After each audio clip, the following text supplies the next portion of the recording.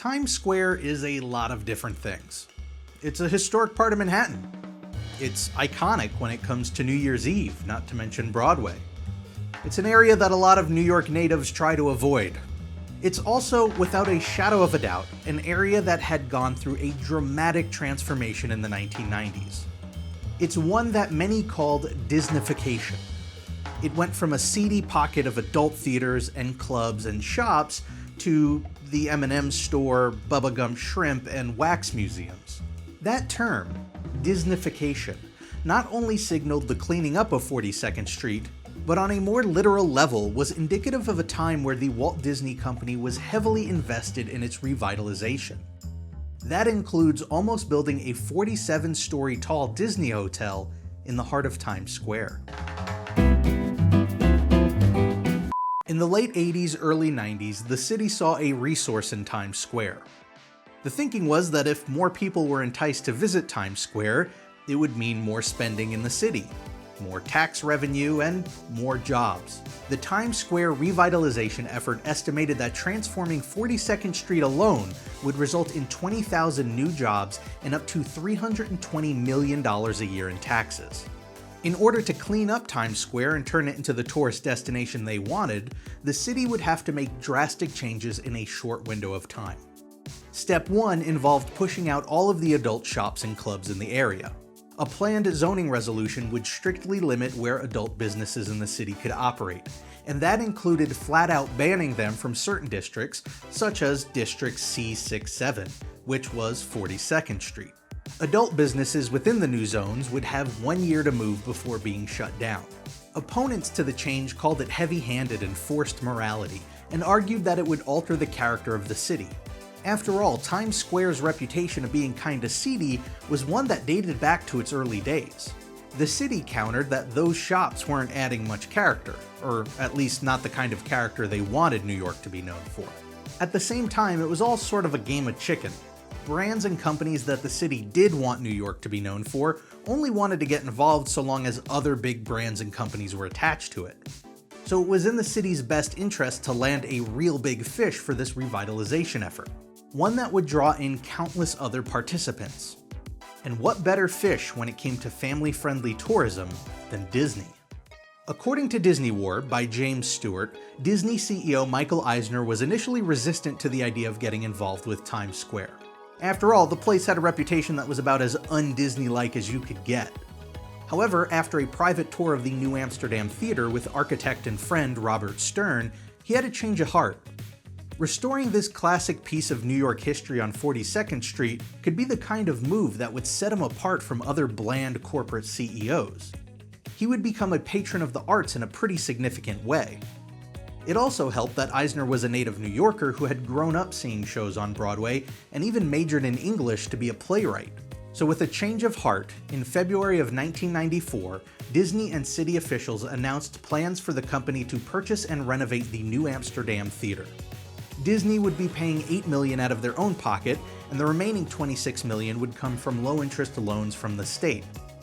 The deal itself wouldn't be locked in until July the following year, but the intention alone was enough to get other larger companies to consider buying into the revitalization effort.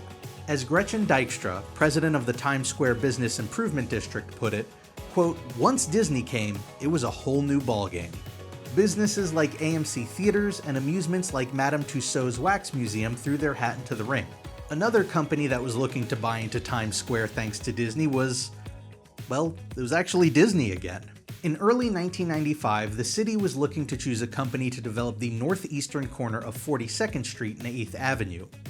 It would be a combination of retail space along with a hotel.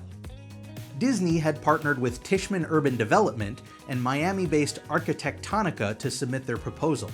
Disney already had a history working with Tishman on Epcot as well as the Swan and Dolphin hotels. They had also been working with Arquitectonica, who had just done the first two All-Star resorts and was working on their Port Canaveral terminal for the Disney Cruise Line. Their combined pitch was to develop and build a $300 million hotel and entertainment complex. The 47-story hotel would offer 680 rooms, 100 of which would be sold as Disney DVC properties. Disney's timeshare business was only a few years old at this point, but it was already doing well enough that they were looking to expand it beyond Disney World. As for the entertainment complex, it would be over 190,000 square feet, and early considerations for the venues within included ESPN, Sony IMAX, and Sega. While multiple companies submitted concepts, including Marriott, the city went with Disney.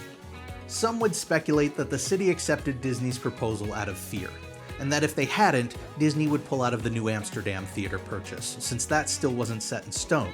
Aside from the radical shift in the area's reputation, the city estimated that the hotel and complex would create 3,000 construction jobs and 1,300 permanent jobs once it was finished, not to mention $56 million in taxes over the following 20 years.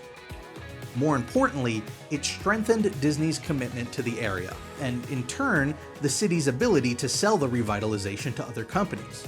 Look, Disney isn't just doing the theater thing, they're doing this hotel and entertainment complex too.